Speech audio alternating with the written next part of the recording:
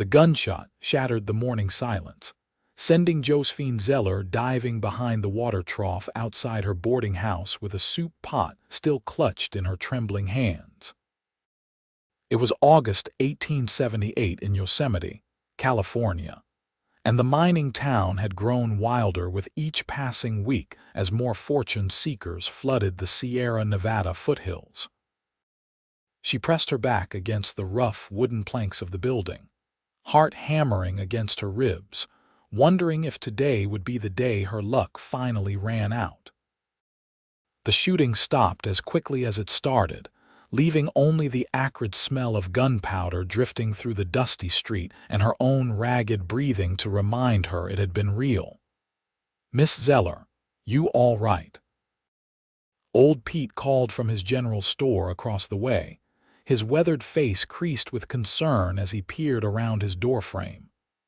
"I am fine," she called back, straightening her dusty skirts and retrieving the soup pot that had somehow survived her desperate dive. The vegetables she had been carrying to prepare the midday meal were scattered across the ground, half covered in dirt. She sighed, brushing off what she could salvage. Running a boarding house for miners and drifters meant dealing with this kind of chaos regularly, but it never got easier. 3 years since her father had died of pneumonia, leaving her this ramshackle building and a mountain of debt. And some days, she wondered how much longer she could keep going. The sound of boots on wooden planks made her look up. A tall man was walking toward her, leading a dusty bay horse by the reins.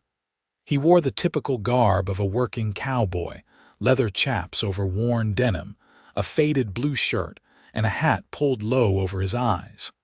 But something about the way he moved caught her attention. There was a wariness in his posture, a careful control that spoke of someone who had learned to expect trouble. "Madam," he said, tipping his hat slightly. "Name's Zachary Zane. I heard you takin' boarders." Josephine studied him for a moment. He appeared to be in his late 20s, perhaps 28 or 29, with sun-darkened skin and dark brown hair that curled slightly at his collar. His eyes were a startling shade of gray-green, like storm clouds over the mountains, and there was something guarded in them that made her wonder what he was running from. Everyone in Yosemite was running from something. "I do," she replied, wiping her dusty hands on her apron. $3 a week, includes 2 meals a day. No drinking inside, no fighting, and you pay in advance." He reached into his vest pocket and pulled out a small leather pouch, counting out coins into her palm. His hands were calloused and scarred, the hands of someone who worked hard for a living. "I will take 4 weeks to start." That was unusual. Most men paid week to week, never knowing if they would strike it rich or move on to the next town. $12 was a small fortune to her right now. She had been wondering how she would buy flour for next week's baking. "Room 3, upstairs on the left," she said, pocketing the coins. "Supper is at 6 o'clock. What brings you to Yosemite, Mr. Zane?" "Looking for work," he said simply. "Heard they were hiring cowboys to drive cattle through the mountain passes to the mining camps."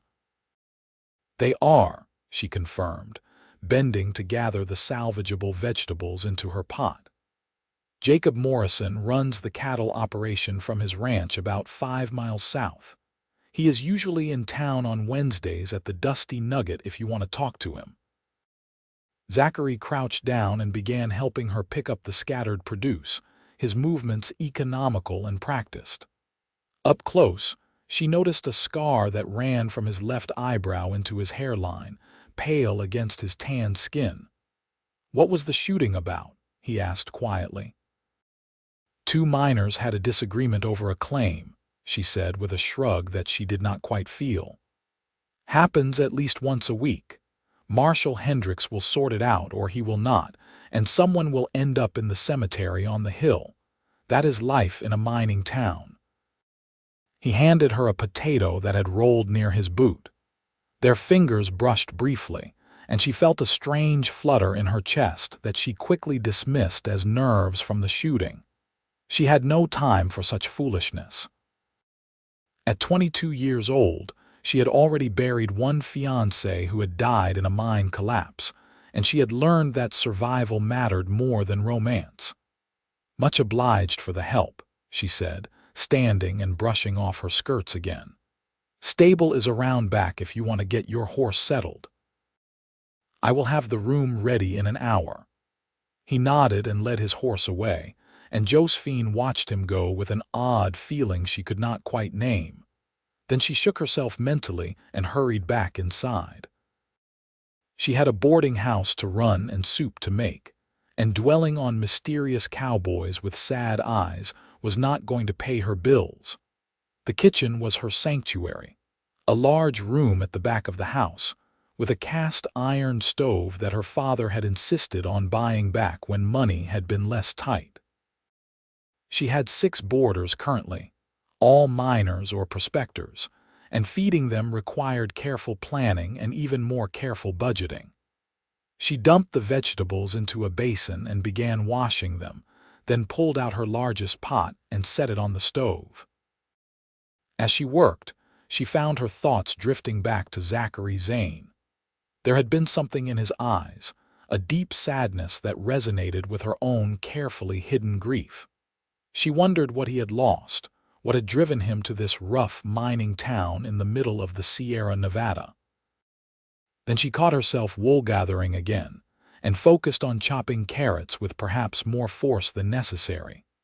By the time 6 o'clock rolled around, she had a hearty beef and vegetable soup simmering on the stove and fresh bread cooling on the counter.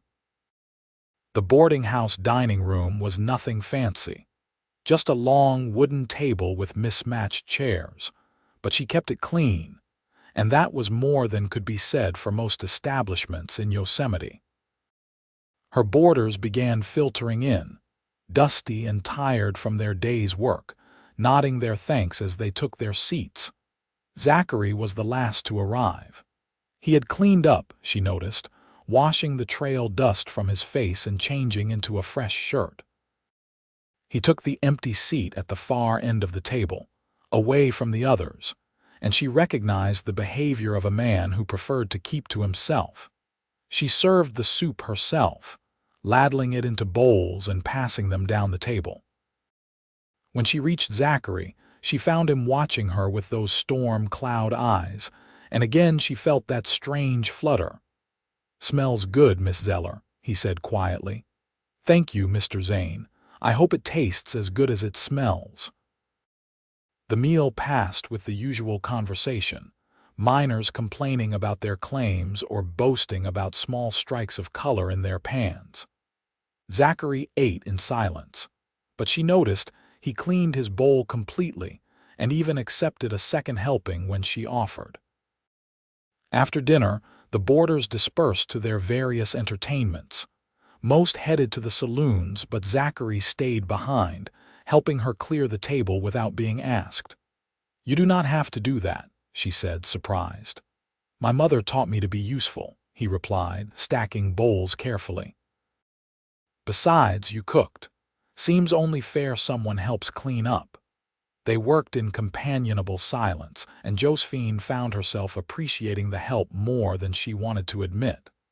When the dishes were washed and put away, she expected him to leave, but instead he lingered in the doorway.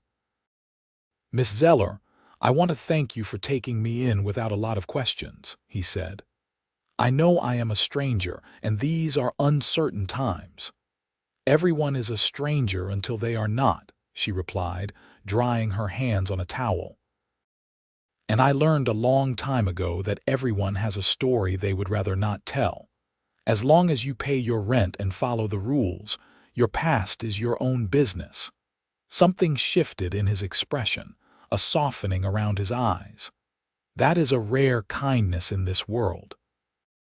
"Kindness has nothing to do with it," she said, though her tone was gentle. "It is just practical sense. Good night, Mr. Zane." "Good night, Miss Zeller." She watched him climb the stairs to his room, then return to the kitchen to start preparations for tomorrow's breakfast. But she found it hard to concentrate, her mind full of questions about the quiet cowboy who had appeared in her life like a ghost from the mountains. The next morning dawned clear and hot, promising another scorching August day. Josephine was up before sunrise as always, starting the fire in the stove and mixing batter for flapjacks. She had just set the coffee pot on when Zachary appeared in the kitchen doorway, already dressed for the day. "Morning," he said. "Mind if I get some coffee?" "Help yourself," she replied, gesturing to the pot. "Breakfast will be ready in about 20 minutes.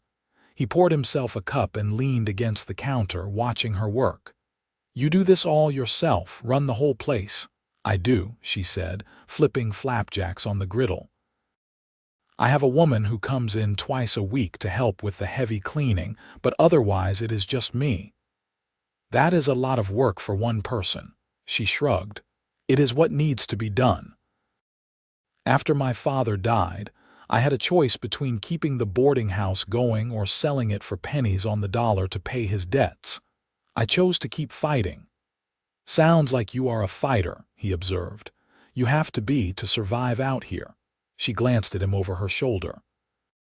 "What about you, Mr. Zane? Are you a fighter or a runner?" The question seemed to startle him. He was quiet for a long moment, staring into his coffee cup. "I suppose I have been both at different times. Right now, I am just trying to find a place to land." There was such raw honesty in his voice that Josephine felt something crack open inside her chest, a feeling she had been trying to bury for 3 years.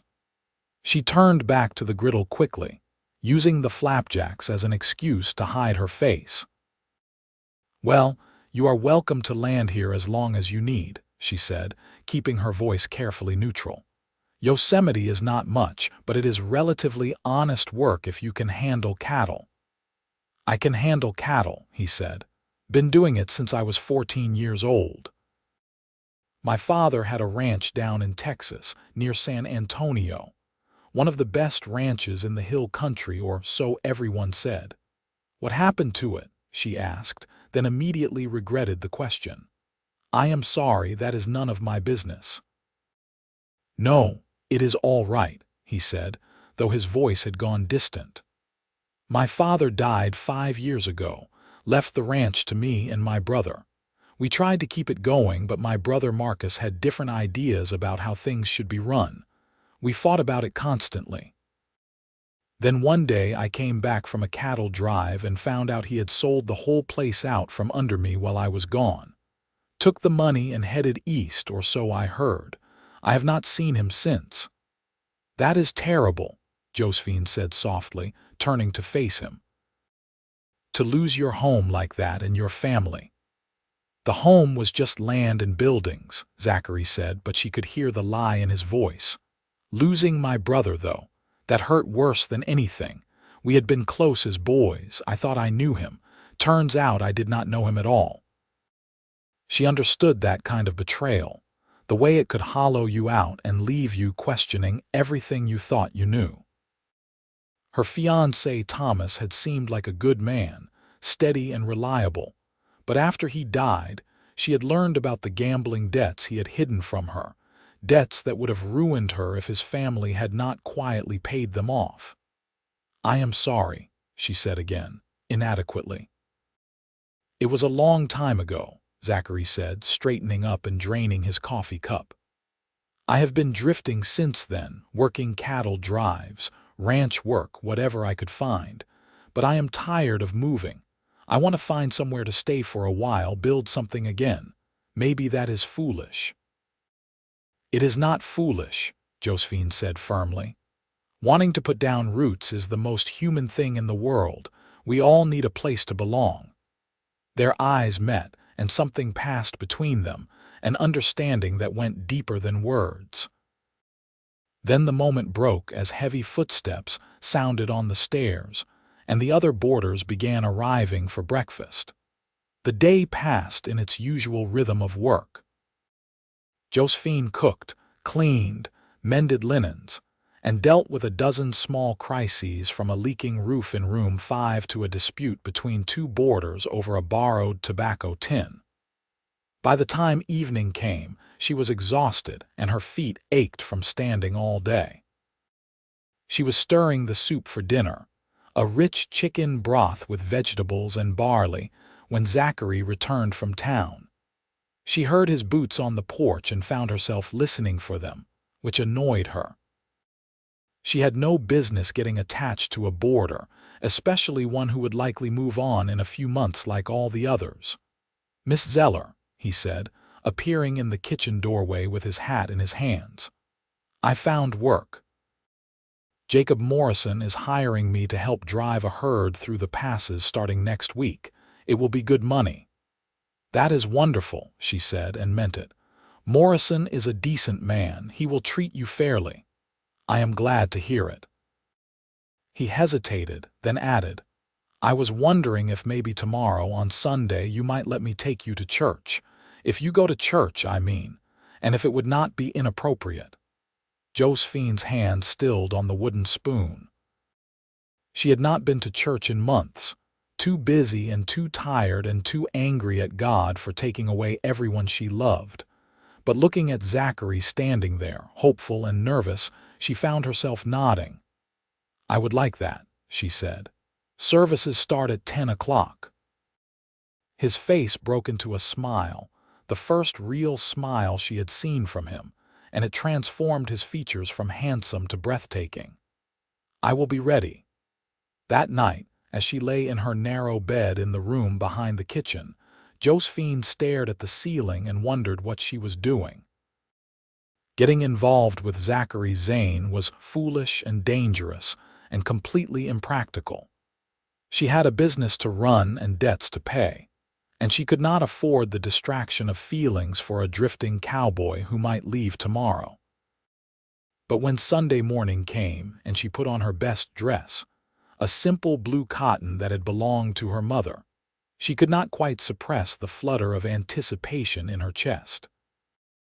Zachary was waiting for her in the front parlor, cleaned up and wearing what were clearly his best clothes, and the way his eyes widened when he saw her made her feel beautiful for the first time in years. "You look lovely, Miss Zeller," he said quietly. "Thank you, Mr. Zane. You look very nice yourself." They walked to church together through the dusty streets of Yosemite, and Josephine was acutely aware of the curious looks from her neighbors. She rarely appeared in public with a man, and certainly never dressed in her Sunday best. Let them talk, she thought defiantly. She was entitled to a friend, at least. The service was held in the town's only proper church building, a white clapboard structure that doubled as a schoolhouse during the week. Reverend Patterson was a good man who preached practical sermons about kindness and hard work rather than hellfire and damnation, which suited the rough congregation. Josephine slipped into a pew near the back, and Zachary sat beside her, close enough that she could feel the warmth of his body. As the congregation began singing the opening hymn, Josephine felt something loosen in her chest. She had been holding herself so tightly for so long, fighting so hard to keep everything together, that she had forgotten what it felt like to simply be. To sit in a peaceful place and let her guard down, even for an hour. Beside her, Zachary sang in a surprisingly good baritone, and she found herself glancing at him sideways. He had his eyes closed, and there was something almost peaceful in his expression, as if he too was finding a moment of respite from whatever burdens he carried. After the service, several of the townspeople stopped to greet her and be introduced to Zachary. Mrs. Henderson, who ran the mercantile with her husband, gave Josephine a knowing look that made her blush. Old Pete winked at her when Zachary was not looking. Even Marshal Hendricks, a gruff man in his 50s, nodded approvingly. "Nice to see you back in church, Josie," the marshal said. "Your father would be pleased." "Thank you, Marshal," she replied softly. They walked back to the boarding house slowly, neither of them in a hurry to break the spell of the pleasant morning. Josephine found herself telling Zachary about her childhood in Yosemite, how her mother had died when she was 12, and how her father had struggled to raise her alone while running the boarding house. She told him about Thomas, too, about how he had seemed like her chance at happiness before the mine took him. "I am sorry you have had so much loss," Zachary said. "That is too much for one person to bear." "Everyone here has lost something," she replied. "That is why they come west, is it not? Trying to outrun grief or bad luck or their own mistakes, trying to start over." "Is that what you think I am doing?" he asked. "Running from my mistakes?" She considered the question carefully. "No," she said finally. "I think you are running from pain. There is a difference." He was quiet for a long moment, and when he spoke again, his voice was rough. "You see too much, Miss Zeller." "Josephine," she corrected gently. "If we are going to be friends, you should call me Josephine." "Josephine," he repeated, and the way he said her name sent a shiver down her spine. "Then you should call me Zachary." "All right, Zachary." They had reached the boarding house, but neither of them moved to go inside. They stood on the porch in the late morning sunshine, and Josephine felt the weight of something unspoken hanging between them.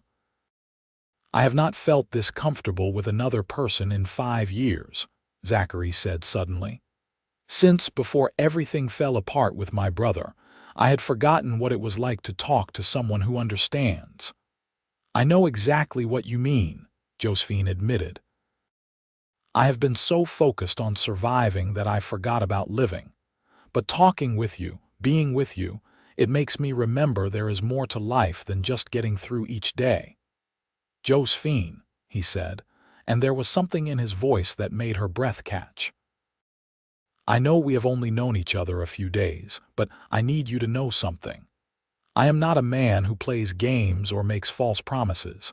If I start something, I see it through. And I find myself wanting to start something with you if you will have me." Her heart was pounding so hard she was sure he could hear it. This was madness. She barely knew him. But standing there on her porch with the August sun warming her shoulders and his gray-green eyes looking at her with such naked honesty, she could not bring herself to be sensible. "I would like that," she whispered. "I would like that very much." He smiled again, that transformative smile that made her feel like the sun had broken through clouds. Then he took her hand carefully, giving her time to pull away if she wanted. She did not want to. His hand was warm and rough and strong, and holding it felt like the most natural thing in the world. "I should warn you," she said, trying to lighten the intensity of the moment. "I am not easy to be with. I am stubborn and independent, and I have a temper when I am pushed too far." "Good," he said. "I would not want you any other way, and I should warn you that I am terrible at talking about my feelings. I have nightmares sometimes, and I tend to brood when I am worried about something." "I think I can live with that," she said, and they both laughed. They went inside then, still holding hands, and Josephine felt something she had not felt in years. Hope. The next few weeks passed in a blur of work and quiet stolen moments. Zachary started his job with Jacob Morrison, which meant he was gone for days at a time driving cattle through the mountain passes. But when he was in town, he spent every free moment with Josephine, helping her with repairs around the boarding house, sitting in the kitchen while she cooked and talking about everything and nothing. She learned that he loved horses more than almost anything, that he had a dry sense of humor that caught her off guard and made her laugh, that he was surprisingly well-read for a cowboy and could quote Shakespeare when the mood struck him. He learned that she was fiercely proud and hated asking for help, that she sang while she cooked, that she had a gift for making people feel at home. They grew closer with each passing day, and Josephine found herself falling in love almost against her will. She had sworn after Thomas died that she would never let herself be that vulnerable again. But Zachary slipped past her defenses as easily as water flowing downhill. One evening in late September, Zachary returned from a particularly long cattle drive to find Josephine in her kitchen, stirring soup with a wooden spoon. He stood in the doorway for a moment, just watching her, and she looked up to find such intensity in his gaze that it stole her breath. "What is it?" she asked. He crossed the room in 3 long strides and took the spoon from her hand, setting it carefully on the counter. Then he cupped her face in his hands, his thumbs brushing her cheekbones. "I love you," he said, simple and direct. "I have been trying to find the right words, the right time, but there are no perfect words and no perfect time. I just love you, Josephine. You have taken this broken, drifting man and given him a reason to believe in something again. You have become my home." Tears sprang to her eyes, hot and unexpected. "I love you too," she whispered. "I tried not to. I tried to be practical and sensible, but I love you so much it frightens me." "Do not be frightened," he said softly. "I will not leave you. I will not betray you. I will spend every day of the rest of my life proving that you can trust me." Then he kissed her, gentle at first and then deeper, and Josephine felt something she had buried deep inside herself come flooding back to life. When they finally broke apart, both breathing hard, she rested her forehead against his chest and listened to the steady thump of his heartbeat. "The soup is going to burn," she said eventually. He laughed, a sound of pure joy, and released her so she could tend to the pot. But he stayed close, his hand on the small of her back, and she leaned into his touch. That night, after the boarders had been fed and the dishes washed, Zachary asked her to marry him. They were sitting on the back porch in the cool evening air, and he produced a simple gold band that he said had been his grandmother's. "It is not fancy," he said, "but it has been in my family for 3 generations. My grandmother gave it to my mother, and my mother gave it to me before she died and told me to give it to a woman worth keeping. You are worth keeping, Josephine Zeller. Will you marry me?" "Yes," she said, and slipped the ring onto her finger. It fit perfectly. They were married 3 weeks later in the same white clapboard church, where they had attended that first service together. Josephine wore her mother's wedding dress, altered to fit her smaller frame, and Zachary wore a new suit that he had bought specially for the occasion. The whole town turned out, it seemed, cramming into the small church to witness the union of the boarding house keeper and the cowboy. Jacob Morrison stood up as Zachary's best man, having become something of a friend and mentor to him over the past months. Mrs. Henderson stood with Josephine, beaming like a proud mother. And when Reverend Patterson pronounced them man and wife, the congregation erupted in cheers and applause. The reception was held at the boarding house, which Josephine had spent days cleaning and decorating. There was food and dancing and laughter, and for one perfect evening, the rough mining town of Yosemite felt like the center of the universe. Late in the night, after the last guest had gone home and they had climbed the stairs to the room that was now theirs together, Zachary pulled Josephine into his arms and kissed her thoroughly. "Mrs. Zane," he murmured against her lips. "I like the sound of that." "So do I," she whispered back. "So do I." Their first year of marriage was not easy. Money was tight, and the boarding house required constant upkeep. Zachary's work with the cattle drives was dangerous and unpredictable, and Josephine spent many sleepless nights worrying about him when he was gone. They had their first real fight in December, when Zachary insisted on using his savings to fix the roof, and Josephine insisted they save the money for emergencies. They did not speak for 2 whole days before finally making up with tears and apologies and a promise to communicate better. But through it all, their love deepened and strengthened. They learned each other's rhythms and moods, learned how to support each other through difficulties, learned what it meant to truly be partners. In the spring of 1879, Josephine discovered she was pregnant. She told Zachary one evening while they were working together in the kitchen, she stirring soup with her wooden spoon and he chopping vegetables at the counter. "I have news," she said, trying to keep her voice casual even though her heart was racing. "What kind of news?" he asked, not looking up from his work.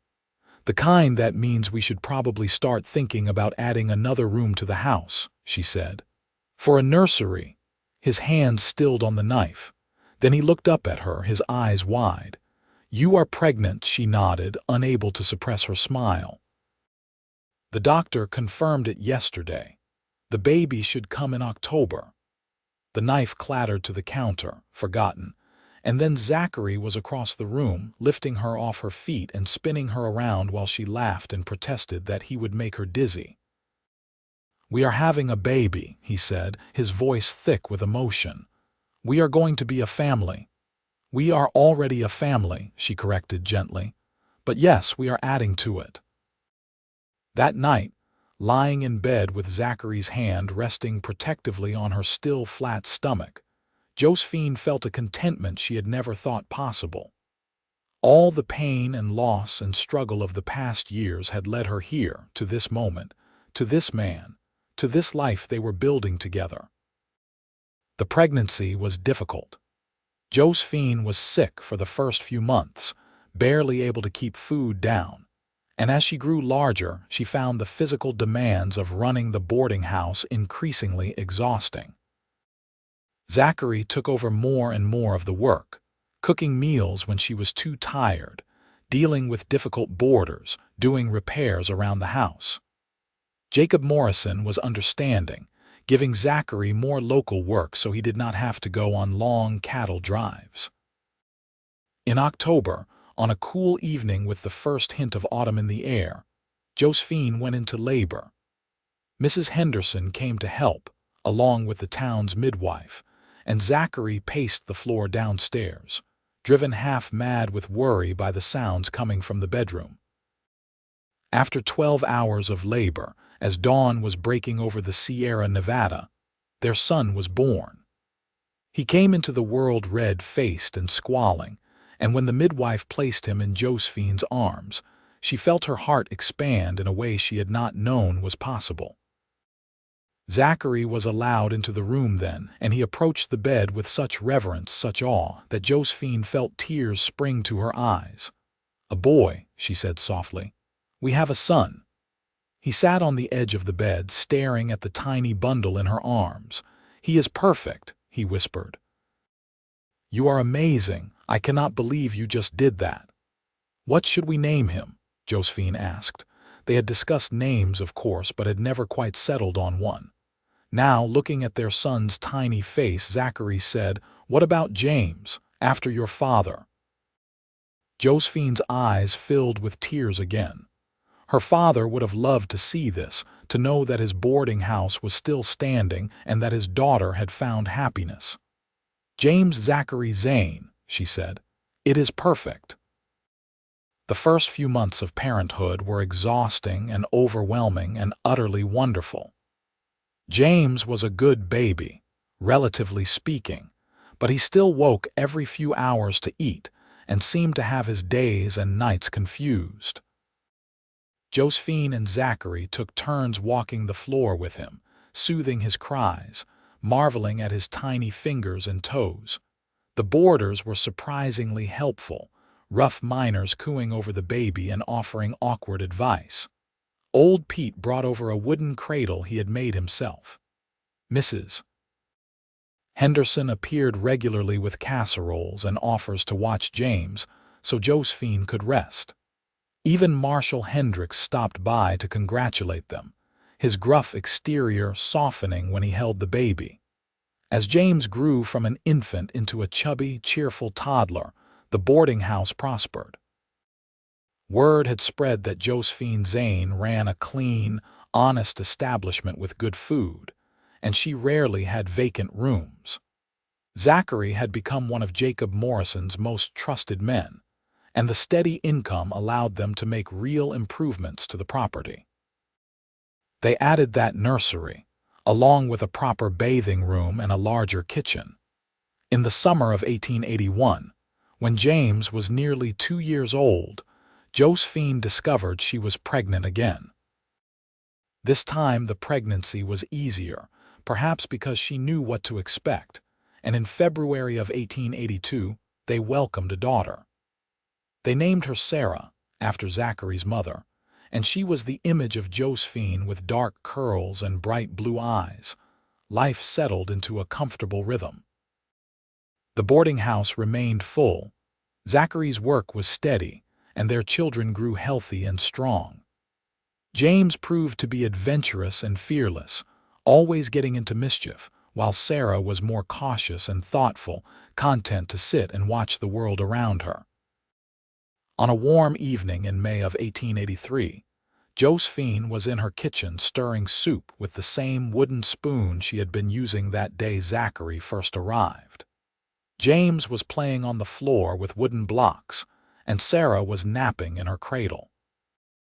Through the window, she could see Zachary in the yard, repairing the fence, his shirt sleeves rolled up and sweat gleaming on his forehead. She thought about how far they had come in the 5 years since that August morning when a quiet cowboy had walked into her life. She had been so broken then, so convinced that she was destined to survive alone, and he had been equally broken, drifting and lost and trying to outrun his pain. But somehow they had found each other, two wounded souls who had learned to heal together. They had built a life, a home, a family. They had transformed a shabby boarding house into a thriving business, and a house into a home filled with love and laughter. As if sensing her gaze, Zachary looked up and caught her watching. He smiled, that same smile that had first made her heart flutter, and she smiled back. Then he set down his tools and headed toward the house, and she knew he was coming to steal a kiss before supper, the way he did almost every evening. "Daddy," James cried, abandoning his blocks and running to meet his father at the door. Zachary scooped him up, making the boy shriek with laughter, then came to stand behind Josephine at the stove. He wrapped his free arm around her waist and pressed a kiss to her temple. "What are you thinking about?" he murmured. "Just how lucky I am," she said, leaning back against him. "How lucky we both are." "Not luck," he said firmly. "This took work and faith and courage. You had the courage to let me in when you could have sent me away. I had the courage to stay when everything in me wanted to keep running. We built this together, Josephine. And I thank God every day that you were stirring soup with a wooden spoon the day I rode into Yosemite." She turned in his arms, careful not to disturb the soup, and kissed him properly. James made a disgusted noise, the way children do when their parents display affection, and they both laughed. "I love you," she said simply. "I love you too," he replied. "More than I thought it was possible to love anyone." That night, after the children were in bed and the boarding house was quiet, they sat together on the back porch in the cool evening air. Zachary had his arm around Josephine's shoulders, and she was nestled against his side, fitting perfectly as she always did. "You ever think about Texas?" she asked. "About your brother and the ranch?" He was quiet for a moment, and she wondered if she had touched on something too painful. But then he said, "Sometimes. I used to think about it constantly, wondering if I should have fought harder, if there was something I could have done differently, but I have made peace with it now. Marcus made his choice and I made mine. I chose to move forward instead of staying mired in bitterness. Do you miss him?" "I miss who he used to be before greed changed him," Zachary admitted. "But the brother I knew is gone, if he ever really existed, and I have a family now that loves me, that I can trust. You and James and Sarah, you are my real family." Josephine squeezed his hand. "We are never letting you go, you know. You are stuck with us." "Best thing that ever happened to me, getting stuck with you," he said, and kissed the top of her head. They sat in comfortable silence for a while, listening to the sounds of the night, the distant howl of a coyote, the whisper of wind through the trees, the faint sounds of piano music from one of the saloons in town. 5 years ago, Josephine had thought her life was over, that she would spend the rest of her days alone, working herself to exhaustion just to survive. Now she had everything she had ever wanted and things she had not even known to want. "What are you thinking about now?" Zachary asked, sensing her thoughts had drifted. "Just that life is strange," she said. "The way it can break you down and then surprise you with something beautiful. If someone had told me 5 years ago that I would be sitting here with a husband I adore and 2 beautiful children, I would have thought they were insane. If someone had told me I would find a home again after losing everything, I would have said the same," Zachary replied. "But here we are." "Here we are," she echoed. Over the next few years, their family continued to grow. In 1884, Josephine gave birth to twin boys, which surprised everyone, including the doctor. They named them Thomas, after her late fiancé, and Daniel, after Zachary's father. The twins were a handful from the start, getting into everything and keeping their parents constantly on their toes. With 4 children and a busy boarding house, life was chaotic and exhausting and wonderful. Josephine learned to cook larger and larger batches of everything. Zachary built an addition onto the house to accommodate their growing family. James started school and proved to be bright and curious, always coming home with questions about everything from arithmetic to the stars. Sarah became his shadow, following her older brother everywhere and insisting she was big enough to do whatever he did. The boarding house business evolved too. As Yosemite began to attract more tourists wanting to see the natural wonders of the area, Josephine found herself hosting a more varied clientele. Wealthy families from San Francisco would stay for weeks at a time, escaping the city heat, and they paid well for clean rooms and good food. She hired help, a young Chinese woman named May who had fled discrimination in the mining camps and proved to be an excellent cook, and a teenager named Billy who helped with the heavy work. Zachary eventually became Jacob Morrison's partner in the cattle business. Morrison was getting older and had no children of his own, and he saw in Zachary the son he had never had. They expanded the operation, buying more land and building a proper ranch house about 3 miles from town. The Zanes kept the boarding house running because it was profitable, and because Josephine loved it, but they also invested in the ranch, planning for their children's future. By 1888, 10 years after Zachary had first walked into Josephine's life, they were firmly established members of the Yosemite community. Their children were growing up strong and healthy, their businesses were thriving, and their love for each other had only deepened with time. One evening in late summer, Josephine was preparing supper in her kitchen. She was stirring soup with her old wooden spoon, the same one she had been holding that chaotic morning a decade ago when gunfire had sent her diving for cover, and a dusty cowboy had appeared asking for a room. The handle was worn smooth now from years of use, and she had to be careful because it was starting to splinter, but she could not bring herself to replace it. It had become something of a talisman, a reminder of where they had started. Zachary came up behind her and wrapped his arms around her waist, nuzzling her neck in that way that still made her shiver after all these years. "The children are playing outside," he murmured. "May is watching them. We have at least 10 minutes before someone needs something." She laughed and turned in his arms, the spoon still in her hand. 10 whole minutes. However will we fill the time?" "I have a few ideas," he said, and kissed her with the kind of passion that reminded her they were not just parents and business partners but lovers who still desired each other deeply. When they finally broke apart, both breathing hard, Josephine rested her forehead against his chest and listened to the steady beat of his heart. It was a sound that had become as familiar to her as her own breathing, and she could not imagine life without it. "I was thinking," Zachary said, "that maybe in a few years, when the children are older, we could travel. Go back to Texas maybe, show them where I came from. Or go east to the cities you have always wanted to see. We have worked hard. We deserve to enjoy the fruits of that labor." "I would like that," Josephine said. "Though I do not need grand adventures to be happy. Everything I need is right here." "I know," he said softly, "but I want to give you the world, Josephine. You saved me when I was lost.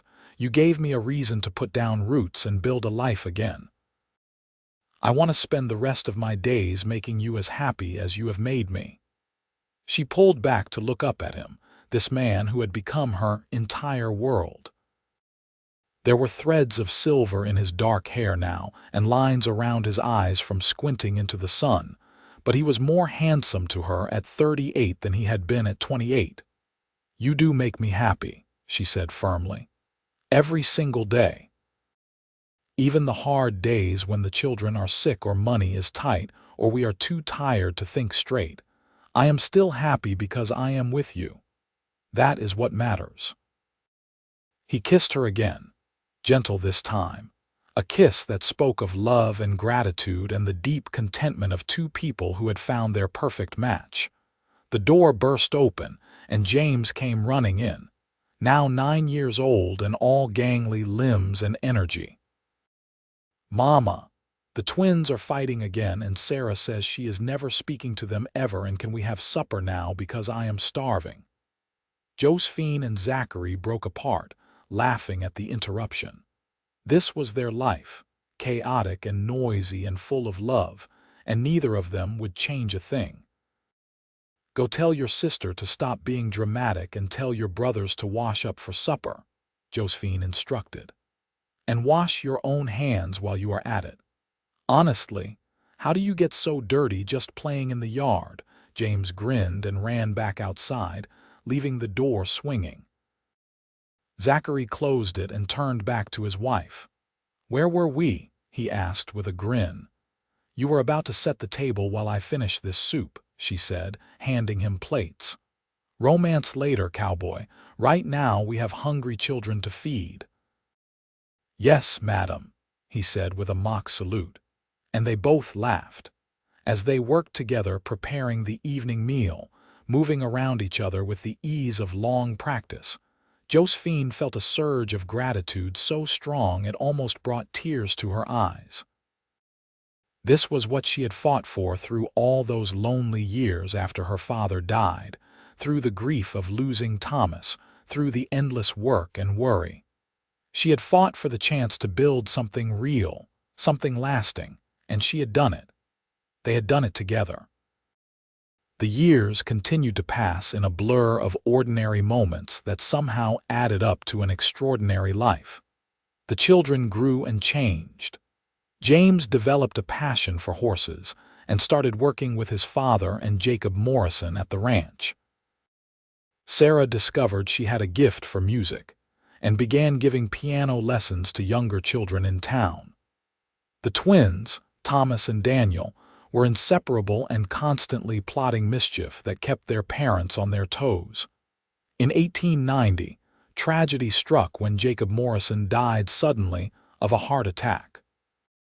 He left the ranch to Zachary in his will, along with a letter thanking him for being the son he never had. It was a bittersweet inheritance, and Zachary grieved deeply for the man who had become his mentor and friend. But he honored Morrison's memory by continuing to run the ranch according to the principles the older man had taught him, treating the land and animals with respect, paying fair wages, dealing honestly with everyone. That same year, Josephine finally replaced her old wooden spoon.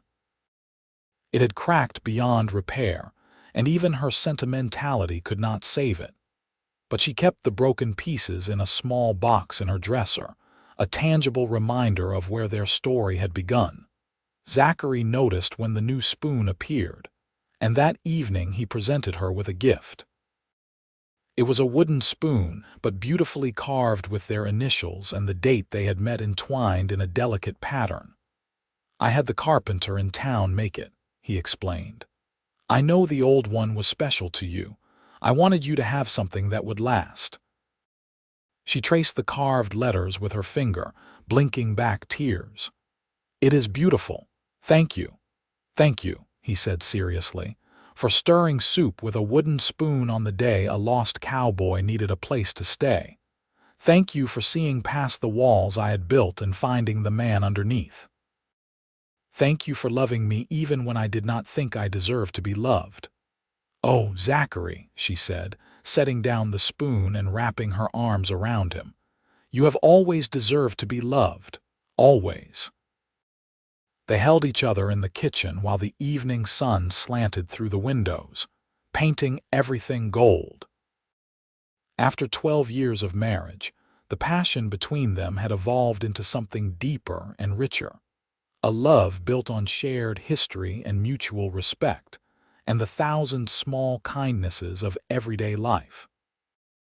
In 1893, their daughter Sarah married a young rancher named Peter Collins who had been courting her for 2 years. It was a beautiful wedding held at the ranch, with the entire town invited.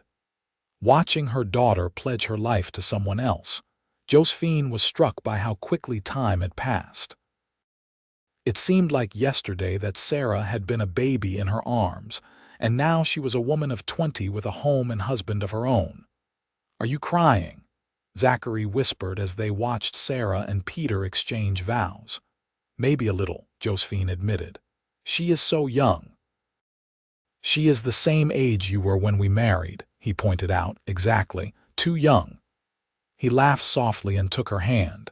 "She will be fine. She is strong and smart, just like her mother. And Peter is a good man who loves her. They will build a good life together." Josephine knew he was right, but it still hurt a little to let go. That was parenthood, she supposed, a series of small releases as your children grew into themselves and away from you. The twins, Thomas and Daniel, were now 11 and showing signs of the men they would become. Thomas was thoughtful and studious, already talking about maybe becoming a lawyer someday. Daniel was more like James, happiest outdoors working with animals.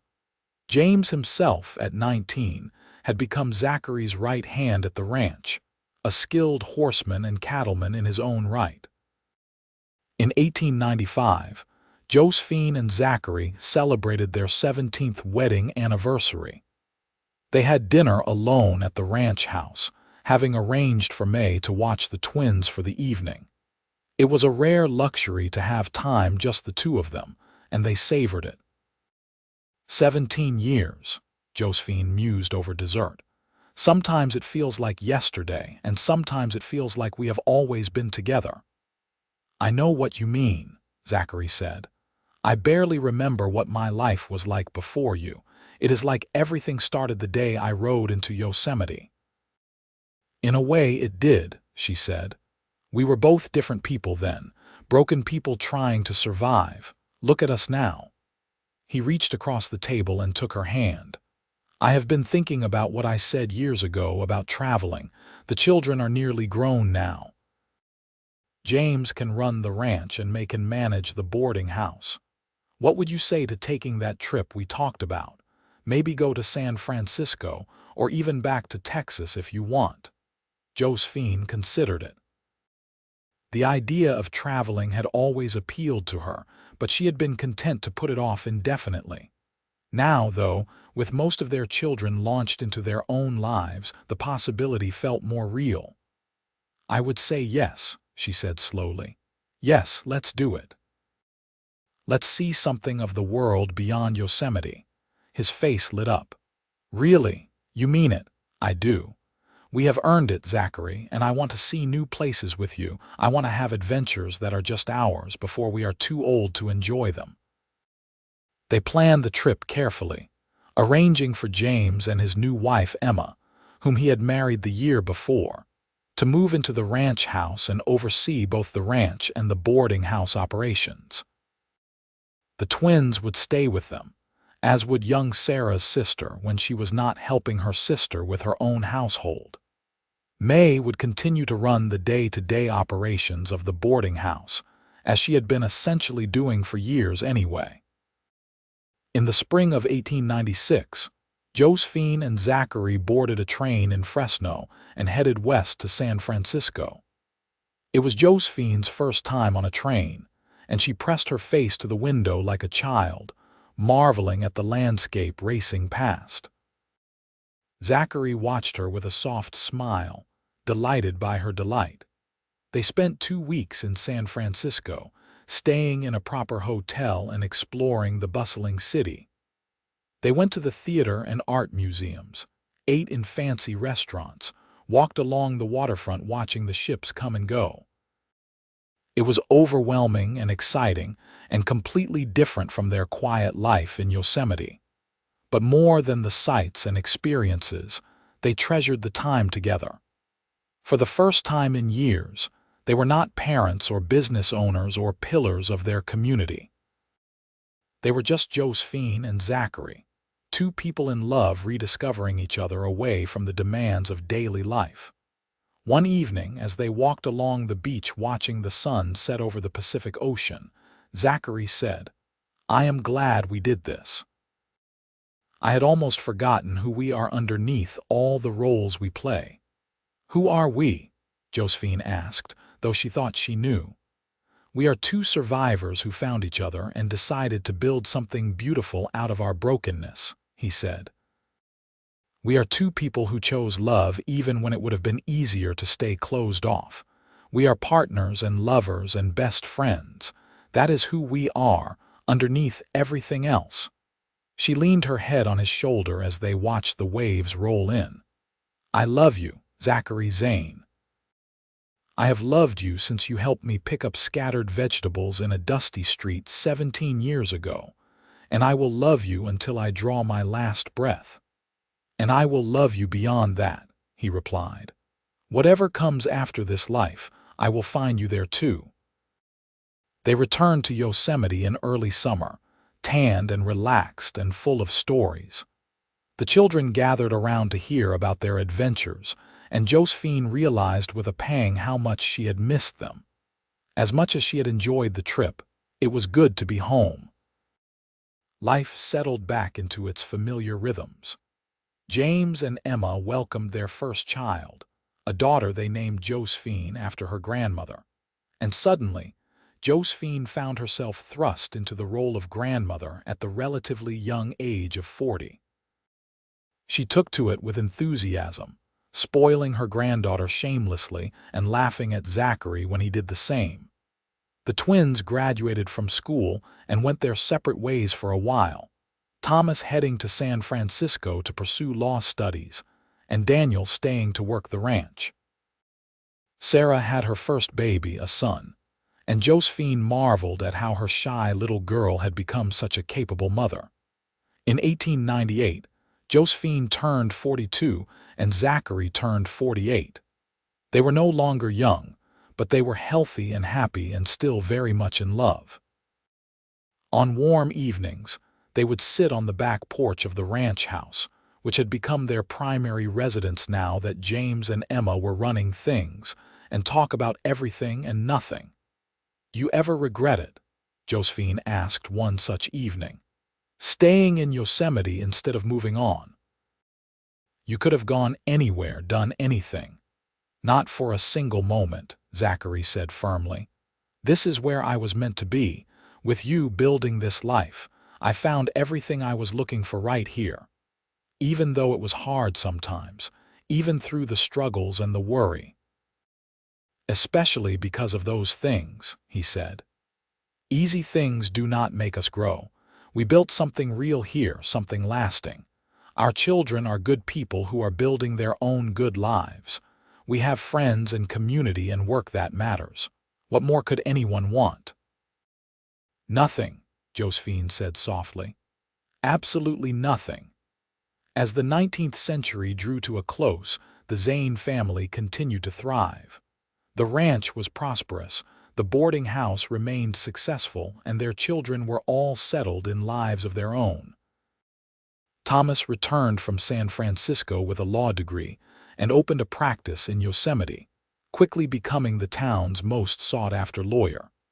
Daniel married a rancher's daughter and started his own small cattle operation. James and Emma had 3 children now, and Sarah had 2. Josephine and Zachary found themselves with more time than they had had in years, and they used it to simply enjoy each other's company. They took long rides into the mountains, revisited places that had been special to them over the years, and spent countless evenings on their porch watching the stars come out. In the summer of 1900, on the 22nd anniversary of the day they had met, Zachary surprised Josephine with a picnic at a beautiful spot by the Merced River. They spread a blanket under the trees and ate the lunch he had packed, talking and laughing like young lovers. 22 years, Josephine said, lying back on the blanket and looking up at the sky through the branches.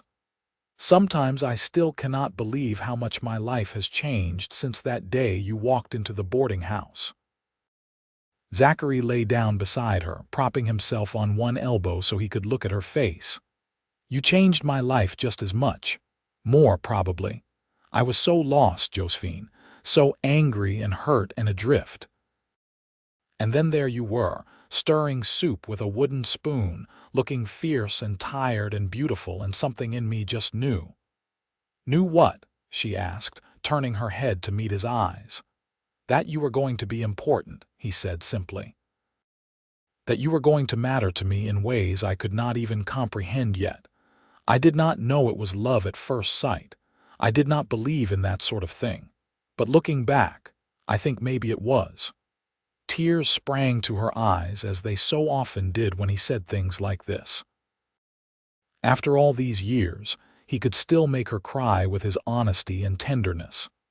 I felt it too, she admitted.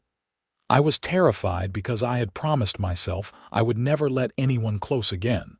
But you slipped past every defense I had, and I did not even want to stop you.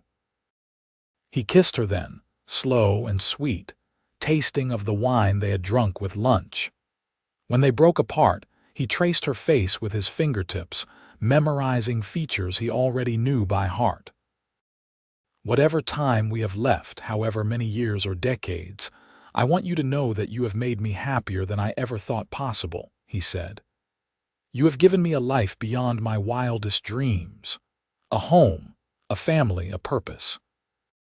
But more than that, you have given me love that never wavers, never falters, never gives up. That is the greatest gift anyone has ever given me. Oh, Zachary, she whispered, you have given me the exact same gift. We saved each other, I think. 2 broken people who found a way to be whole together. They stayed by the river until sunset, talking about their past and their future, remembering the struggles they had overcome and dreaming about the years still ahead. When they finally packed up and headed back to the ranch, Josephine felt a profound sense of peace.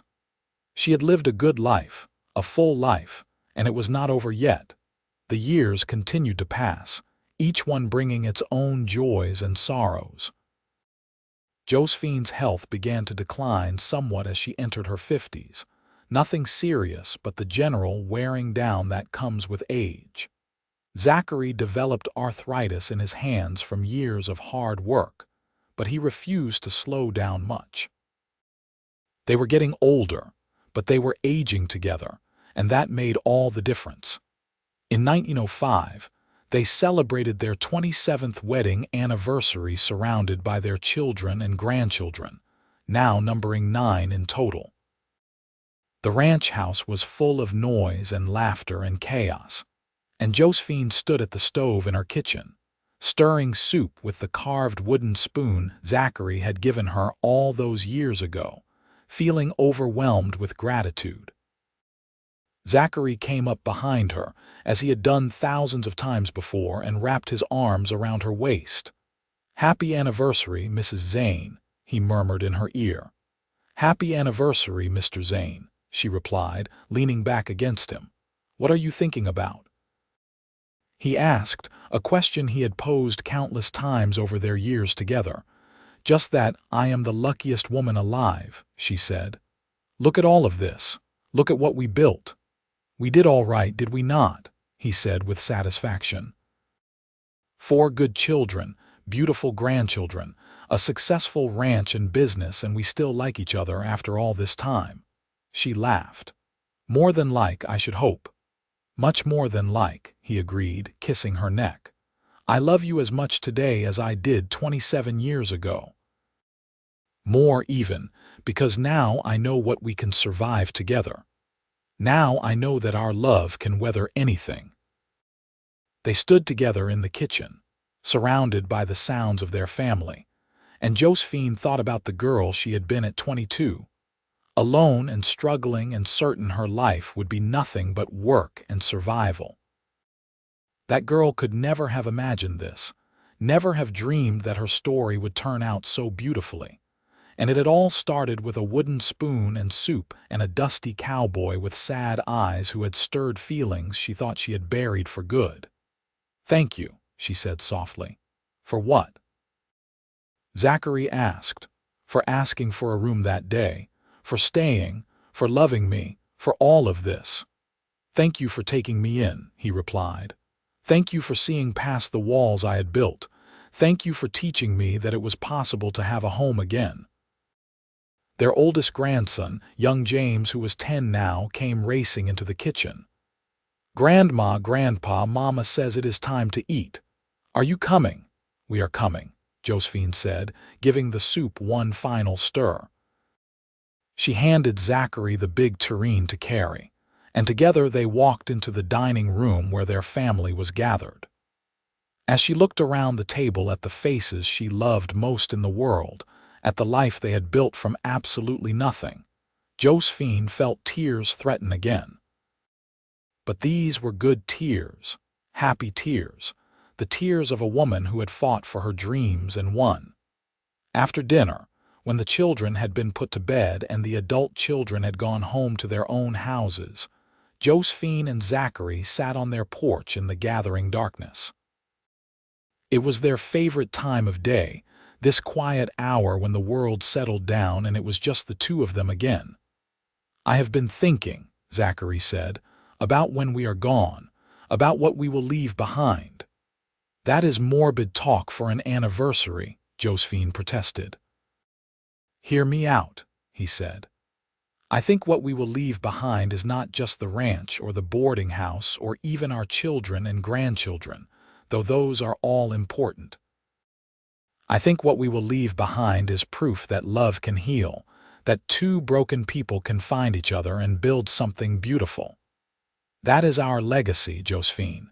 We proved it was possible." She thought about that, about the cowboy who had shown up with haunted eyes and walls around his heart, about the young woman who had been so afraid to trust again. They had both been so damaged, but they had found a way through the pain to something better. "You are right," she said finally.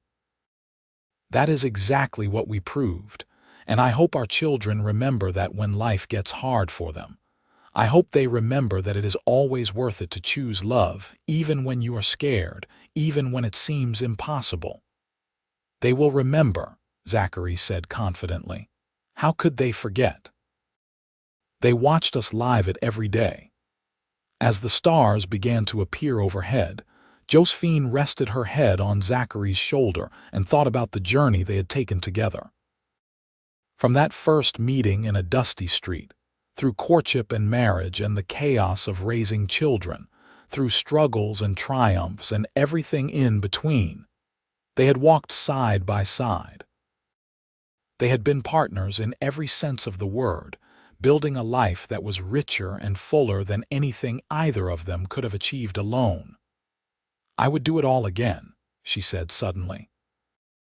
"Every hard moment, every struggle, every time I was scared or exhausted or did not think I could keep going, I would do it all again for us." "So would I," Zachary agreed, in a heartbeat. They sat together until the night grew too cold, then went inside to their warm bed and each other's arms. And if Josephine's last thought before falling asleep was of a wooden spoon and a pot of soup, and the moment her life changed forever, well, that was fitting. Some moments were worth remembering, worth treasuring, worth holding close to your heart until your very last breath. The years rolled on, bringing with them the inevitable changes that come with time. Josephine turned 60 in 1918, and Zachary was 68. They were slowing down, both of them, but they were still active and engaged with life. The boarding house had been sold years ago to May, who ran it with her own children now, but the ranch continued to thrive under James's capable management. They had survived so much together by this point. They had weathered economic downturns and harsh winters, illnesses and injuries, the normal trials that come with a long life. They had buried friends and celebrated births, seen the world change in ways they could never have imagined when they first met 40 years ago. But through it all, their love had remained constant, the bedrock on which everything else was built. One evening in late summer, Josephine was making soup, as she still did several times a week, though she cooked on a much smaller scale now. Just for herself and Zachary, maybe one of the grandchildren if they stopped by. She was stirring the pot with her carved wooden spoon, and Zachary was sitting at the kitchen table peeling potatoes to add to the broth. "Remember the first time I watched you stir soup?"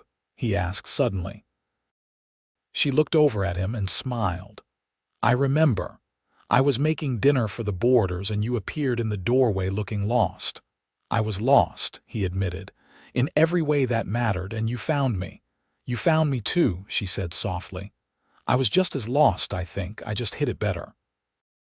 He set down the potato he had been peeling and stood, crossing to where she stood at the stove. He wrapped his arms around her from behind, and they swayed together gently, a dance they had done countless times over the decades. "I have loved you for 40 years, he said. "And it still does not feel like enough time. I want 40 more years. I want forever." "We will have forever," she said, turning in his arms to face him. "Maybe not in this life, but somewhere. I truly believe that, Zachary. What we have is too strong to end with death. We will find each other again, somehow." He kissed her forehead, her cheeks, her lips, tender kisses that spoke of a lifetime of love. "I will find you," he promised.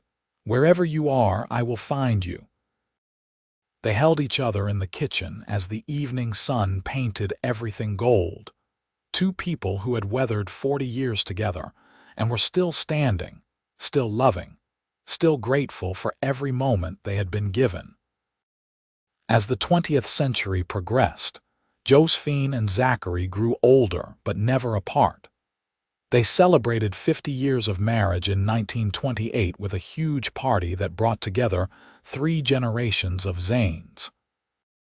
Their children were all middle-aged now with grown children of their own, and there were even a few great-grandchildren toddling around. Standing in the middle of the celebration, watching her family, Josephine felt a sense of accomplishment so profound it almost hurt. She and Zachary had done this. They had created this legacy of love and family and hard work. From absolutely nothing, from 2 broken people who had met by chance in a dusty mining town, they had built something that would last long after they were gone. "What are you thinking about?" Zachary asked, appearing at her elbow with 2 glasses of punch. She took one and smiled at him. "Just how far we have come, how much we have built together." "It has been one hell of a ride," he agreed, and they clinked their glasses together in a private toast.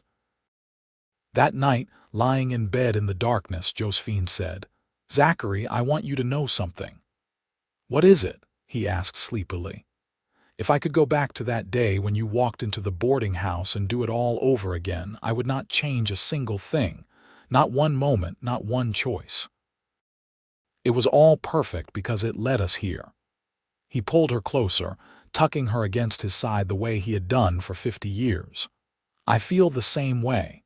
You are the best thing that ever happened to me, Josephine Zane, the very best thing."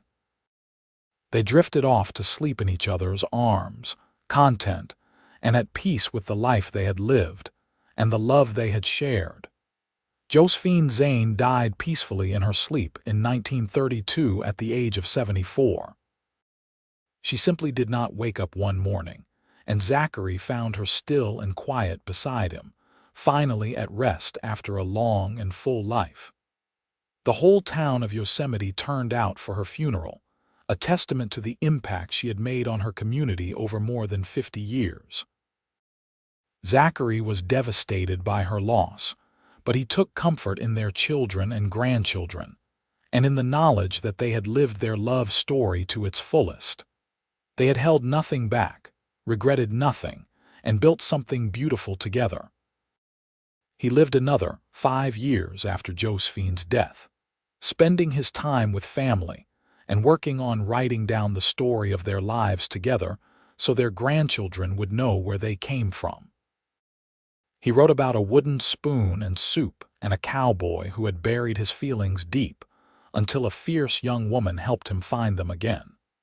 When Zachary Zane died in 1937 at the age of 87, he was laid to rest beside his beloved wife in the Yosemite Cemetery.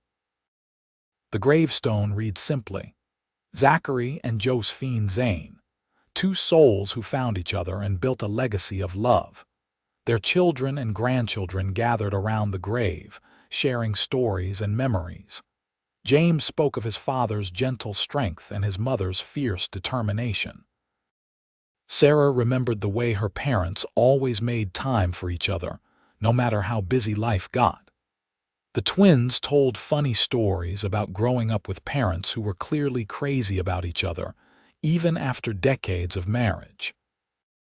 And as the sun set over the Sierra Nevada mountains, painting the sky in shades of gold and pink, the Zane family stood together, living proof of what their grandparents had built.